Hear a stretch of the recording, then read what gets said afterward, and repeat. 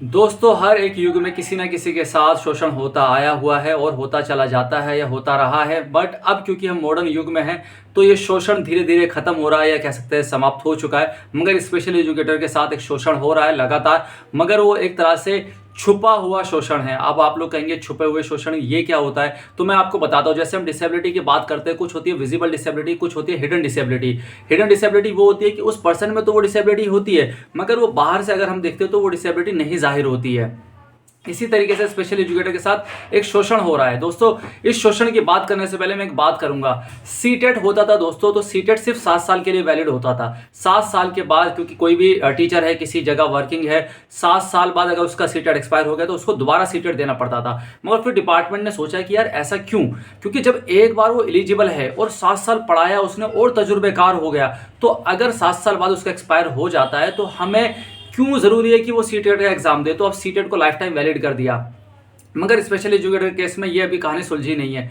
RCI का certificate जो है हर 5 साल में आपको रिन्यू कराना और वो चीज़ें हासिल करना, या उन चीज़ों की जानकारी लेना जिनको आप जानते हो, तो बड़ा ही एक तरह से शोषण है। ये शोषण है सिर्फ फाइनेंशियल। अगर ये फ्री जो ट्रेनिंग प्रोग्राम हो या फ्री सेमिनार हो, फ्री वर्कशॉप हो, तो किसी भी स्पेशल एजुकेटर को कोई दिक्कत नहीं आएगी।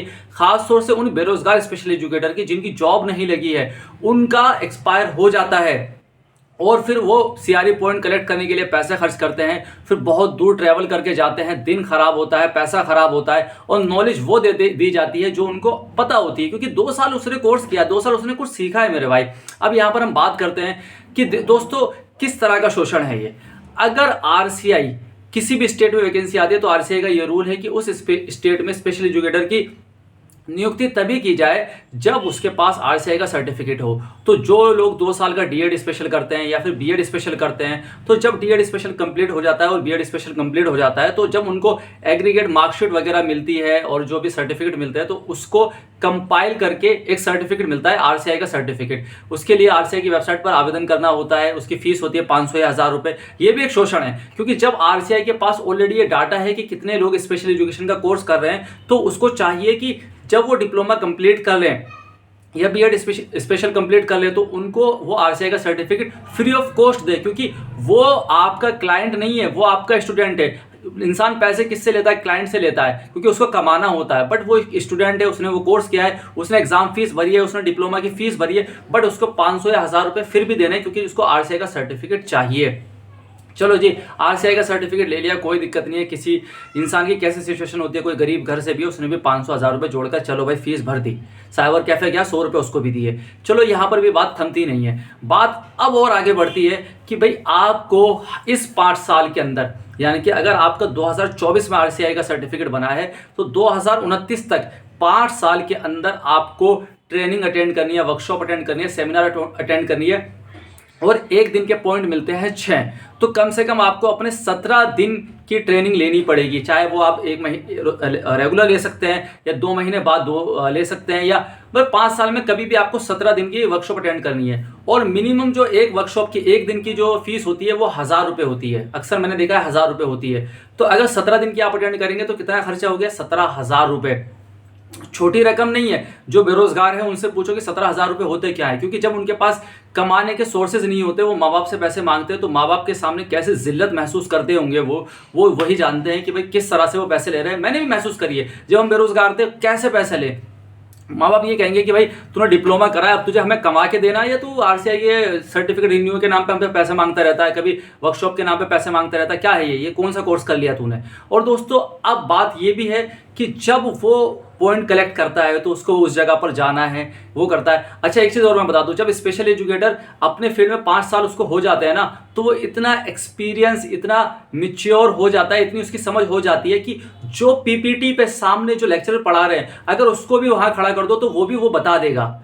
यानी कि मैं अपनी तारीफ कर रहा हूँ यहाँ पर थोड़ी सी, कि मैं इस काबिल हूँ कि मैं आसानी से किसी भी टॉपिक पर जो मैंने प्रिपेयर करा मैं उस पर लेक्चर दे सकता हूं, मैं उसको उसके बारे में बहुत अच्छे से समझा सकता हूं। मगर आरसीआई नहीं मानता। आरसीआई कहता नहीं, आप हर 5 साल सीखते रहो। यानी कि मुझे वहाँ जाकर ऐसे चुपचाप जाके बैठना है, वहाँ पर सामने आएंगे और वो बताएंगे how to deal with ADHD child.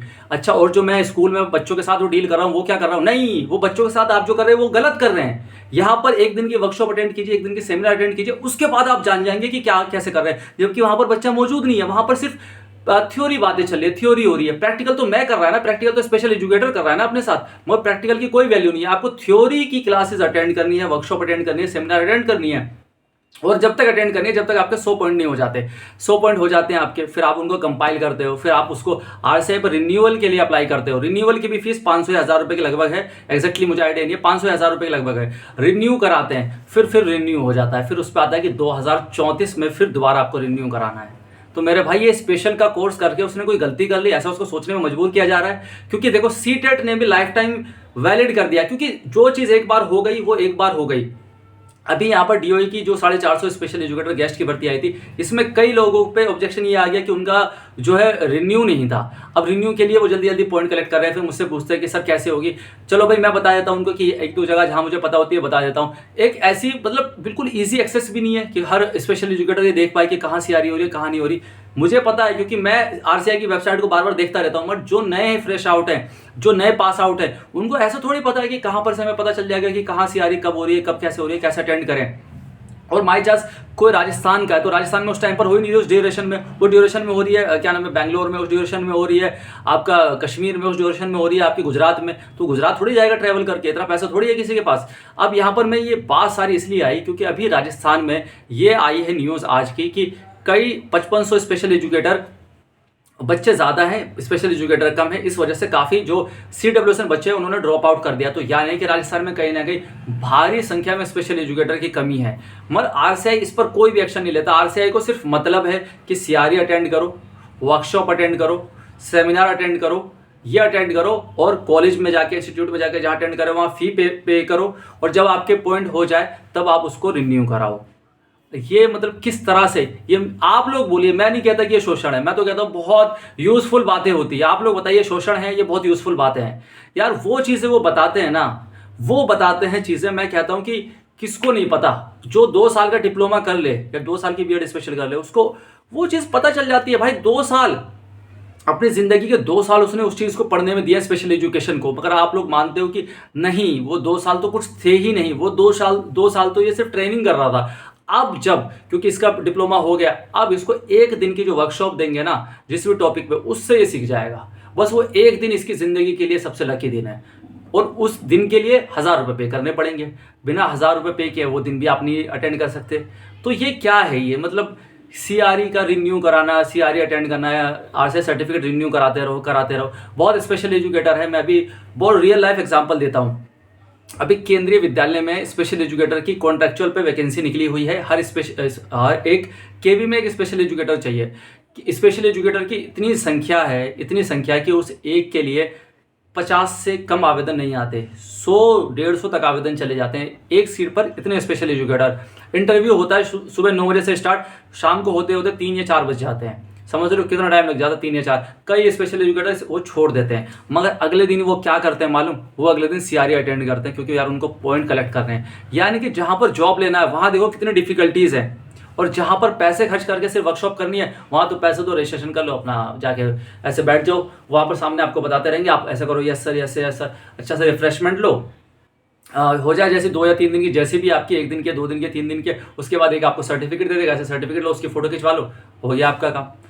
तो ये क्या चीज़ है, मतलब मुझे नहीं लगता कि RCI को इस पर सोचना चाहिए। क्योंकि जो लोग बेरोजगार हैं, मैं मानता हूँ कि जो लोग वर्किंग है उनके लिए ठीक है, बट जो लोग बेरोजगार हैं वो लोग किस तरीके से पैसे खर्च करते हैं। क्योंकि मेरे पास YouTube चैनल है, तो बहुत सारे वही कैंडिडेट आते हैं जो पास आउट है, क्योंकि जो ऑलरेडी सेलेक्ट हो चुके हैं उन लोगों ने मदद ले ली है, उन लोगों ने जो भी उनका काम था वो हो गया, अब वो चैनल को कम देखते हैं या फिर जो भी है। बट जो लोग पास आउट है, अगर वो यूट्यूब करते हैं तो यही एक चैनल आता है। अब ये एक चैनल आता है तो मुझे बोलता है कि सर कहाँ से होगी, सर इसमें तो फीस लगती है, सर ये ऐसे, इसके लिए हम कुछ नहीं कर सकते, क्या हम अटेंड ना करें तो क्या होगा, बहुत सारे सवाल आते हैं। तो मैंने सोचा क्यों ना एक वीडियो बनाई जाए। अगर ये चीज़ मानना जाए कि भाई एक स्पेशल एजुकेटर 2 साल का डिप्लोमा करने के बाद, और अगर वो वर्किंग है प्राइवेट सेक्टर या गवर्नमेंट सेक्टर में, तो वो चीज़ें वो सीख रहा है, वो वहाँ पर वो काम करते करते इतना एक्सपीरियंस हो जाता है कि वो हो सकता है कि जो 10 साल से काम कर रहा हो इस फील्ड में उसको सिखा दे। कई ऐसे स्पेशल एजुकेटर देखे मैंने